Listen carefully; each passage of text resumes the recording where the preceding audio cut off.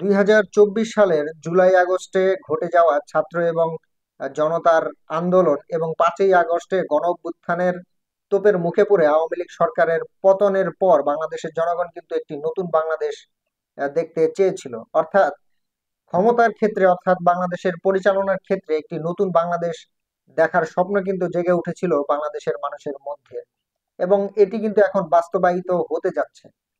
আসলে এটা কিভাবে বাস্তবায়িত হতে যাচ্ছে, আজকে এই বিষয় নিয়ে আসলে কিছু কথা বলবো। এবং এটি আসলে কিভাবে বাস্তবায়িত হবে, সেটি হচ্ছে ক্ষমতার সুষম বন্টন নীতির মাধ্যমে, যেখানে সর্বদলীয় ক্ষমতাসীন দল থাকবে। অর্থাৎ সব দলেরই একটি ক্ষমতায় থাকার একটি প্রবণতা থাকবে, যেখানে সুষম বন্টনের মাধ্যমে, অর্থাৎ সব দলকে ক্ষমতা প্রদানের মাধ্যমেই একটি নতুন বাংলাদেশ কিন্তু হতে যাচ্ছে। আসলে এটি কিভাবে হতে যাচ্ছে বা আম, কিভাবে করা হবে, এটি এখন বলবো আর কি। আমরা আসলে বা আমি একটি ব্যক্তিগতভাবে একটি ভিডিও দেখতেছিলাম যে সাখাওয়াত হোসেনের, যিনি আমাদের নৌ পরিবহন এবং শ্রম ও কর্মসংস্থান মন্ত্রণালয়ের উপদেষ্টা হিসেবে আছেন, এবং সাবেক ব্রিগেডিয়ার জেনারেল অবসরপ্রাপ্ত সাখাওয়াত হোসেনের একটি বক্তব্য দেখছিলাম। সেখানে তিনি বলছিলেন যে আসলে আমরা আর বেশি দিন নেই, যাতে করে আহ, চোরদের আর ক্ষমতায় আবার আনা আনা না হয় এবং চোরদেরকে যাতে ভোট দেওয়া না হয়। তার এই কথার প্রেক্ষিতে বোঝা যায় আসলে খুব শীঘ্রই বাংলাদেশে একটি নির্বাচন হতে যাচ্ছে। অর্থাৎ এটা 3-4 মাসের মধ্যে হতে পারে, কিংবা 2025 সালের শেষের দিকেও কিন্তু হতে পারে। তবে দেশের বর্তমান পরিস্থিতি অনুযায়ী খুব ক্লিয়ার করেই বলা যায় যে আসলে 4-5 মাসের মধ্যেই বাংলাদেশে একটি নির্বাচন হতে যাচ্ছে, যেটি এখনো সরকারিভাবে কোনো আহ দেওয়া হয় নাই, ঘোষণা দেওয়া হয় নাই। আসলে এটা কিন্তু ধরে নেওয়া যায় যে বর্তমান বাংলাদেশের যে পরিস্থিতি এবং আহ সাখাওয়াত হোসেন তিনি যে বক্তব্যটি প্রকাশ করেছেন, এতে বোঝা যায় যে আসলে খুব শীঘ্রই বাংলাদেশের মধ্যে একটা নির্বাচন হতে যাচ্ছে। এর প্রেক্ষিতে আসলে কি হতে যাচ্ছে, বাংলাদেশে কিন্তু নতুন ভাবে বিএনপি, যেটা ধারণা করা হচ্ছে আসলে 90টা সিটেরও বেশি কিন্তু বিএনপি পাবে। তার মানে সংখ্যাগরিষ্ঠতা বিএনপি পেয়ে গেল। এরপরে জামাত শিবির, যিনি বা যে দলটি আছে, সেই দলটিও কিন্তু একটি ব্যাপক সংখ্যক সংখ্যা নিয়ে বা আসন নিয়ে কিন্তু তারা নির্বাচনে জয়লাভ করবে। এরপরে আসলে অন্যান্য ইসলামী দল বা সংগঠন যেগুলো আছে, কিংবা অন্যান্য রাজনৈতিক দলগুলো যেগুলো আছে, সেগুলো কিন্তু প্রত্যেকটা দলই এবার হয়তো আসন পেতে যাচ্ছে, এমন একটি ধারণা করা হচ্ছে। আসলে ক্ষমতার যদি সুষম বন্টন নীতি অবলম্বন করা হয়, সেই ক্ষেত্রে সব দলেরই কিন্তু সেখানে আসন পাওয়ার একটি সম্ভাবনা থাকবে।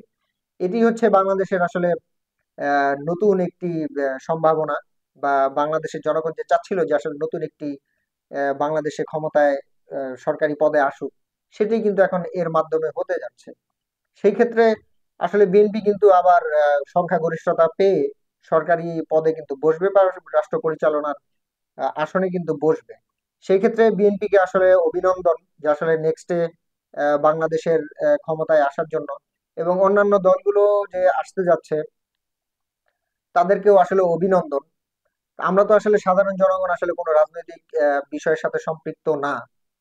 তো আসলে কে রাজনীতিতে আসলো বা কে গেল, সেটা এখন আমাদের দেখার, আমরা আসলে অন্তত দেখি না। আমরা চাই আসলে দেশের যাতে শান্তি বজায় থাকে এবং জনগণ যাতে শান্তিতে বসবাস করতে পারে।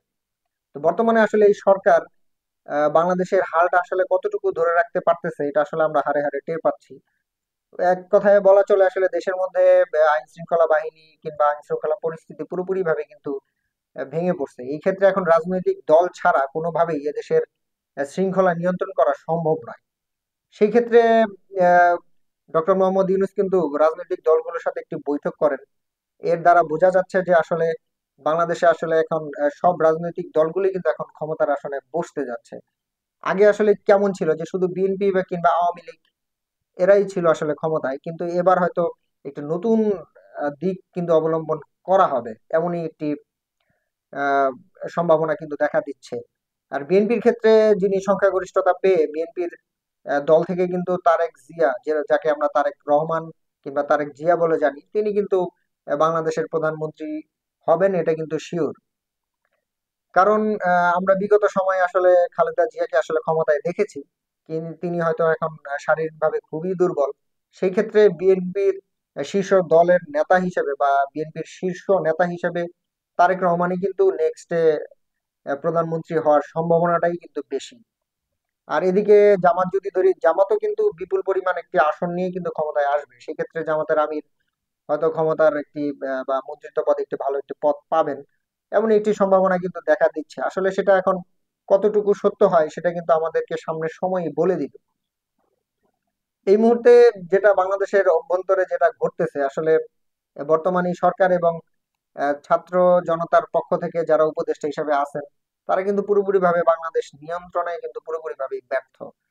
সেক্ষেত্রে আসলে ছাত্র জনতার জন্য আসলে দুঃখ প্রকাশ করতে হয় যে আসলে তারা যেভাবে চেয়েছিল যে নতুন একটি দল আসবে এবং তারা ক্ষমতায় বসবে, সেটি হয়তো আর হতে যাচ্ছে না। কিন্তু একটি নতুন প্রক্রিয়ার মাধ্যমে রাজনৈতিক দলগুলোই বাংলাদেশের ক্ষমতার আসনে কিন্তু বসতে যাচ্ছে। তো আসলে আমরা সামনে সময়ের জন্য অপেক্ষা করি, আসলে বাংলাদেশে কি ঘটতে যায়। সবই তো সম্ভাবনার কথা। আসলে বাংলাদেশের রাজনৈতিক আসলে কোন দিক দিয়ে মোড় নেয় সেটাই মানে বলা যায় না। এগুলো সম্ভাবনার কথা, আসলে যদি হয় তাহলে তো হলেই, আর না হলে হয়তো বিকল্প কোনো ব্যবস্থা সেখানে আসবে। আমরা সেই সময়ের অপেক্ষায় থাকি।